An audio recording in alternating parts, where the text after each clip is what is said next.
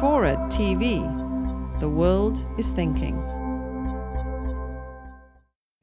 You'd mentioned CDs and the lack of sale thereof, but it's funny. I mean, your career got started by a very crude form of illegal file sharing, by people duping off that first cassette and sharing it with friends, and then it got you shows.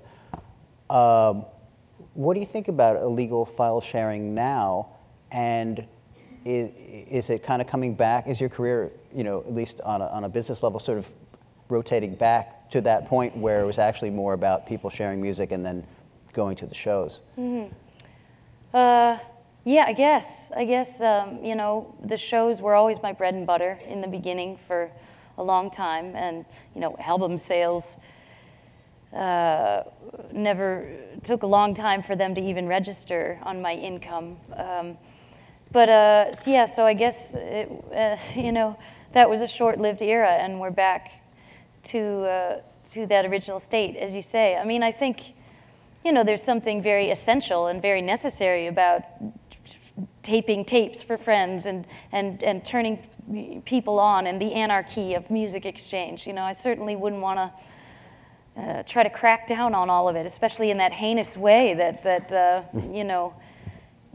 is happening now. I think that there was a crucial moment where, Napster first came on the scene, and instead of the record companies marrying themselves with these businesses and, finding out a way that they can all partake, they fought immediately and lost, And I think,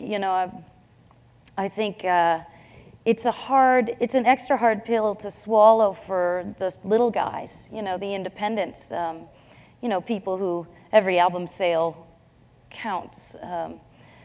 But I think it's really a different world now. Music is free. It's gone beyond like college students taping cassettes, or it's so accessible and so easy to get music for free that you really have to have a consciousness and an intention.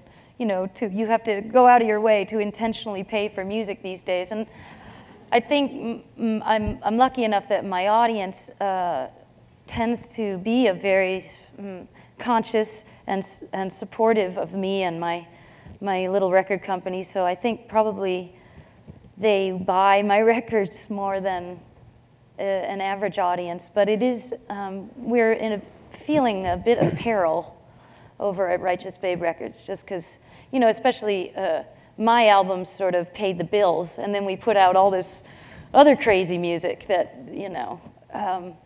and we're wondering what we're gonna do now,